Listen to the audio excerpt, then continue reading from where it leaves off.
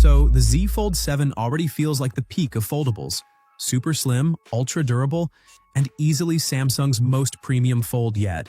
But now we've got 7 huge updates for the Z Fold 8, and they could push foldables even further. So, according to a brand new report out of South Korea, Samsung's switching back to carbon fiber for the Fold 8's backplate. Honestly, that sounds like a step back, especially after how rock-solid titanium felt.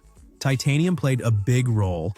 It held up crazy well under pressure, and that strength was a huge part of the Fold 7's appeal. So the real question is, why is Samsung switching back now? First, China's the world's biggest supplier of titanium, and with the ongoing trade tensions between the US and China, getting enough of that material isn't exactly easy right now. And second, here's where the S Pen comes in.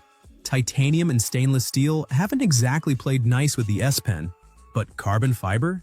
That's the one material Samsung's always used on Fold models that support the S Pen. So, does this mean the S Pen is making a comeback? Well, it's not just about the backplate material.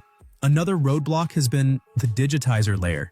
Samsung ditched it on the Z Fold 7 to keep things slim. And judging by how well that phone's doing, users clearly care more about thinness than the pen.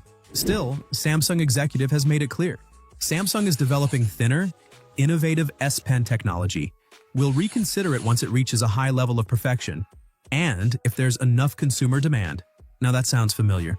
Last year we saw a similar report. They're working with High-Deep on a new S Pen that works without a digitizer, or even a battery. It wasn't ready in time for the Fold 7, but now the signs are adding up. It's starting to look like the S Pen might finally return on the Fold 8. Let's move on to another big change.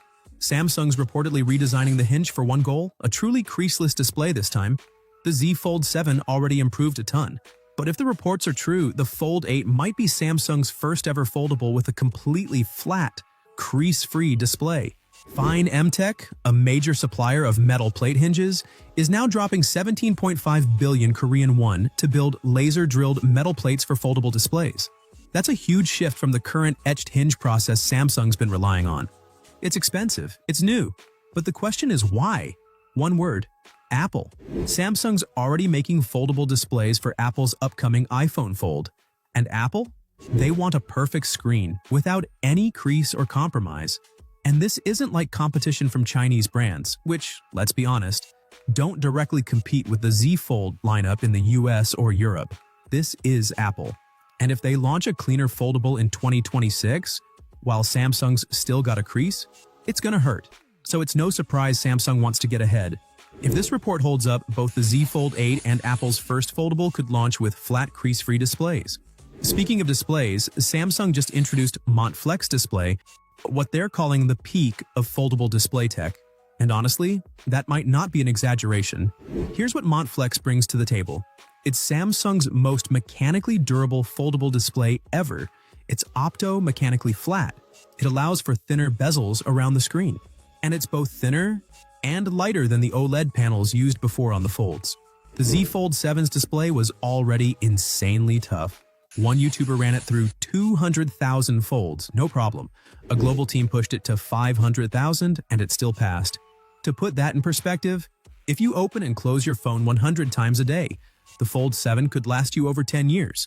But we're not done yet. Early leaks hint at a 5,000 mAh battery, a bigger inner display, and even better cameras. Now, to be fair, these are still early leaks.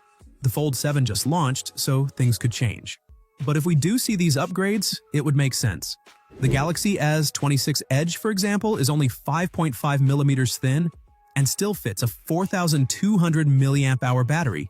So a phone like the Fold 8 with double the size, it can definitely hit 5,000 mAh. If Samsung uses the Mont-Flex tech, that thinner bezel could also allow for a bigger screen. And finally, we already know the S26 Ultra is getting camera upgrades. So yeah, don't be surprised if the Fold 8 picks up a few of those upgrades too. If you haven't seen the full S26 Ultra camera upgrades, I've already covered it in a separate video. Click right here to check it out. This is TechTix, and I'll see you there.